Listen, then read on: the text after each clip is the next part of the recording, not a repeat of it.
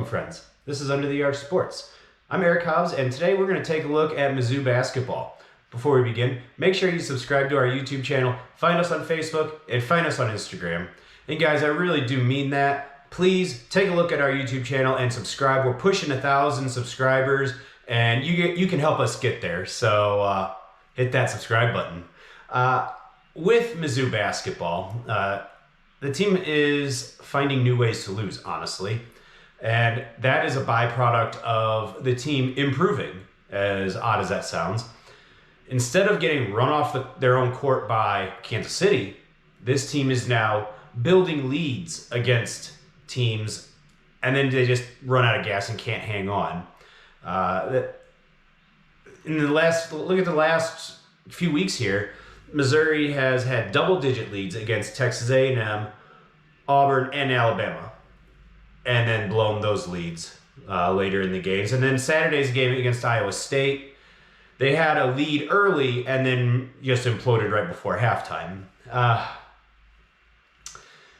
It's frustrating. You know, in a season where a lot of fans had just written it off and said, oh, they're going to lose, they're giving fans hope and then losing. So that's doubly frustrating for fans to watch, honestly.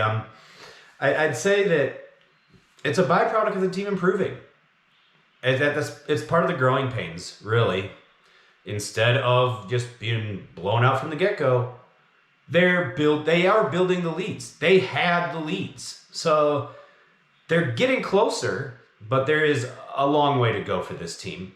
Part of the reasons for the implosions and blown leads is the fact that Kobe Brown, while being awesome at the start of the season, you know, SEC teams have focused on him when building a defensive game plan, and he's really struggled.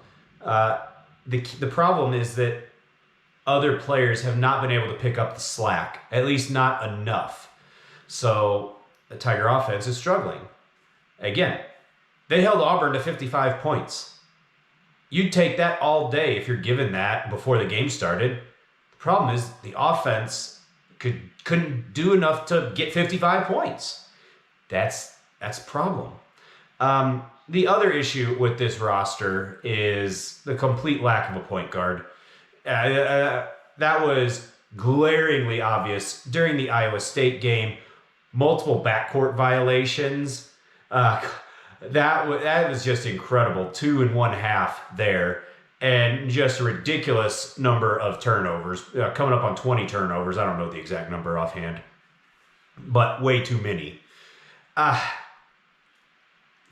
Brookshire not ready for college basketball. At least against legitimate competition. He's not ready.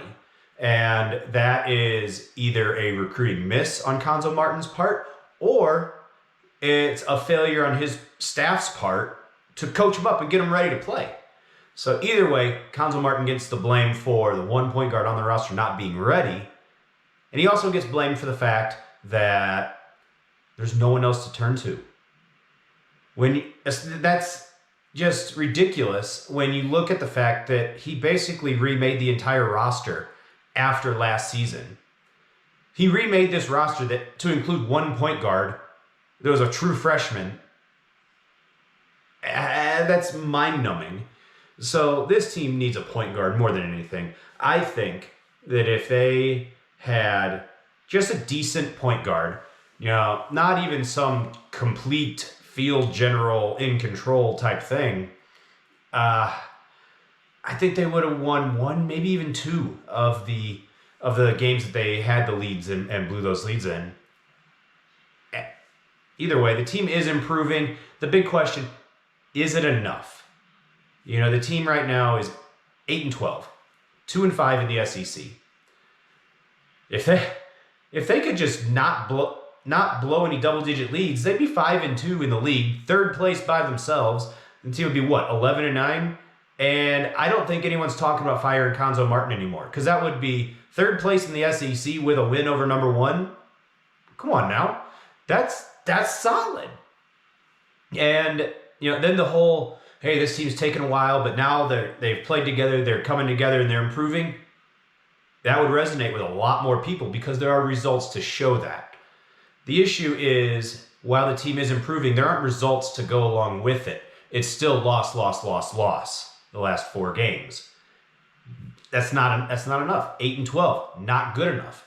So while the team is improving and they're making progress, they still have to have a point guard. Honestly, I think they need to add 2 point guards, or at least 1 point guard and someone who can be a point guard.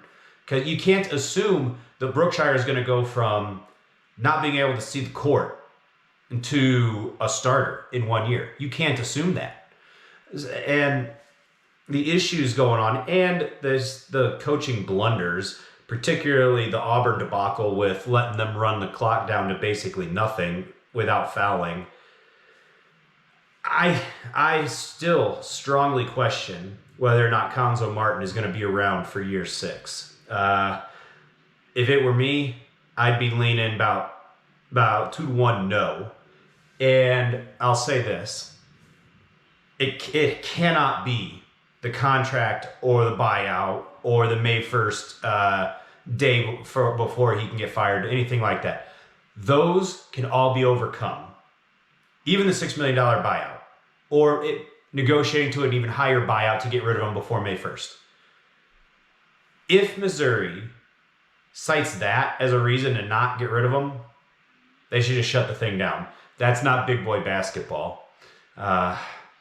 If they want to say, you know what, we like the direction it's going, we wish there were more wins, but we think Cuonzo's on the right track and going to get us there, well, I can disagree with that, but what else can you do? If they think that Cuonzo's going to get the team where they want it, in the tournament regularly contending for SEC championships, if they think Cuonzo's the guy for that, there's not a whole lot else to be done.